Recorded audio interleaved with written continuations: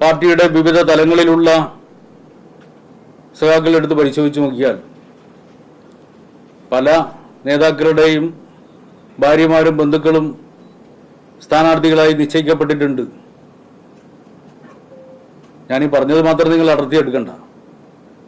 പക്ഷെ അങ്ങനെ നിശ്ചയിക്കപ്പെടുന്ന ആരും അല്ലെങ്കിൽ ആരെയും അവരുടെ ബന്ധുത്വം പരിഗണിച്ചുകൊണ്ടല്ല സ്ഥാനാർത്ഥിയെ നിശ്ചയിക്കപ്പെട്ടിട്ടുള്ളത്. അവര് പലരും പാർട്ടിയുടെ വ്യത്യസ്ത തലങ്ങളിലുള്ള ചുമതല നിർവഹിക്കുന്നവരായിരിക്കും. അപ്പൊ ബന്ധുത്വമുണ്ടായാലും ഇല്ലെങ്കിലും ഓരോ വ്യക്തിയും അവര് പാർട്ടിക്ക് നൽകുന്ന സംഭാവന, പാർട്ടിയുടെ പ്രവർത്തനം, പാർട്ടി നൽകിയിട്ടുള്ള ചുമതലകൾ, ഇതെല്ലാം നിർവഹിക്കുന്നതിനെ കൂടി അടിസ്ഥാനപ്പെടുത്തിക്കൊണ്ട് കൂടിയാണ് സ്ഥാനാർത്ഥിയെ നിശ്ചയിക്കുന്നത് എന്ന് നമ്മൾ കാണേണ്ടതായിട്ടുണ്ട്. അതുപോലെ തന്നെയാണ് ശ്യാമൾ ടീച്ചറെയും പാർട്ടി സ്ഥാനാർത്ഥിയെ നിശ്ചയിച്ചിട്ടുള്ളത്. പി.കെ. ശ്യാമൾ ടീച്ചർ 10-40 വർഷക്കാലത്തെ കമ്മ്യൂണിസ്റ്റ് പൊതുജീവിതമുള്ള പാർട്ടി നേതാവാണ് ശ്യാമൾ ടീച്ചർ. ഹൈസ്കൂൾ പഠന കാലത്ത് തന്നെ SFIയുടെ പ്രവർത്തകയായിരുന്നു. മട്ടന്നൂർ PRNSS കോളേജിൽ SFIയുടെ നേതാവായിരുന്നു സഖാവ് പി.കെ. ശ്യാമൾ ടീച്ചർ. അവിടെ വൈസ് ചെയർപേഴ്സണായിട്ട് തിരഞ്ഞെടുക്കപ്പെടുന്ന സ്ഥിതിയുണ്ടായി. അതുപോലെ SFIയുടെ ജില്ലാ ജോയിന്റ് സെക്രട്ടറിയായി പ്രവർത്തിച്ച ഘട്ടമുണ്ടായിരുന്നു. DYFIയുടെ ജില്ലാ കമ്മിറ്റി അംഗമായിരുന്നു അവർ.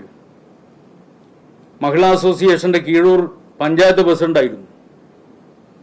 മഹിളാ അസോസിയേഷന്റെ മട്ടന്നൂർ ഏരിയ കമ്മിറ്റി, അതിന്റെ സെക്രട്ടറിയായിട്ട് KK ശൈല ടീച്ചർ പ്രവർത്തിക്കുന്ന ഘട്ടത്തിൽ ആ കമ്മിറ്റിയുടെ ജോയിന്റ് സെക്രട്ടറി ആയിരുന്നു ശ്യാമൾ ടീച്ചർ.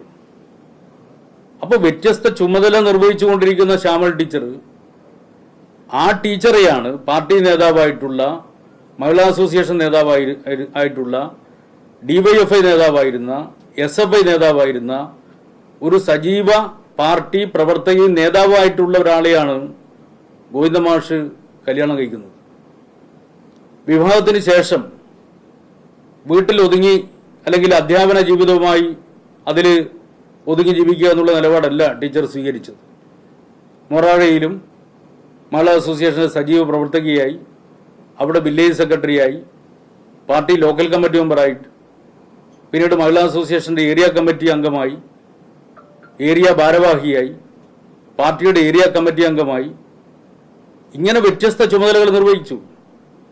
അതിനുശേഷം പാർട്ടി ജില്ലാ കമ്മിറ്റി അംഗമായി, മഹിളാ അസോസിയേഷൻ ജില്ലാ സെക്രട്ടറിയായി, സംസ്ഥാന ജോയിന്റ് സെക്രട്ടറിയായി, കേന്ദ്ര കമ്മിറ്റി അംഗമായി. ശ്യാമൾ ടീച്ചർ പാർട്ടിയെ സംബന്ധിച്ചിടത്തോളം പാർട്ടിയുടെ ഒരു നേതാവാണ്. ആ പാർട്ടി നേതാവിനെയാണ് പാർട്ടി സ്ഥാനാർത്ഥിയായിട്ട് നിശ്ചയിച്ചിട്ടുള്ളത്.